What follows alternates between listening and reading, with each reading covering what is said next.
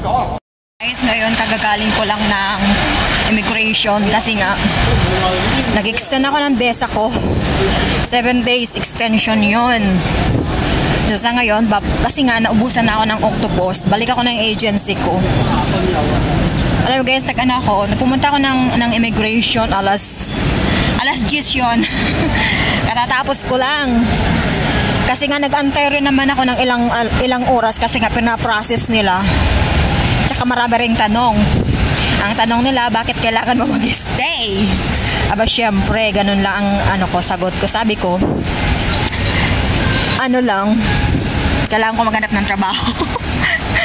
Kailangan maganda yung sagot mo. Tapos tinanong ko ulit, ano ba? May ka na ba? May ticket ka na? Sabi ko naman.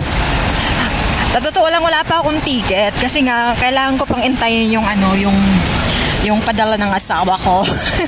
Pero lang talaga. Hindi.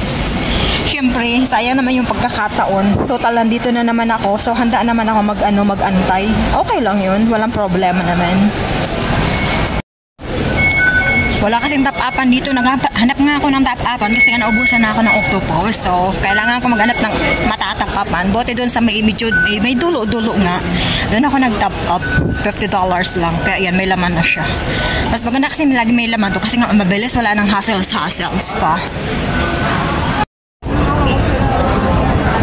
Ito dalawa lang piraso. Sarap to eh. Para kasi pinilian na to. Kaso masarap kasi to sa pritong isda eh. Ayan.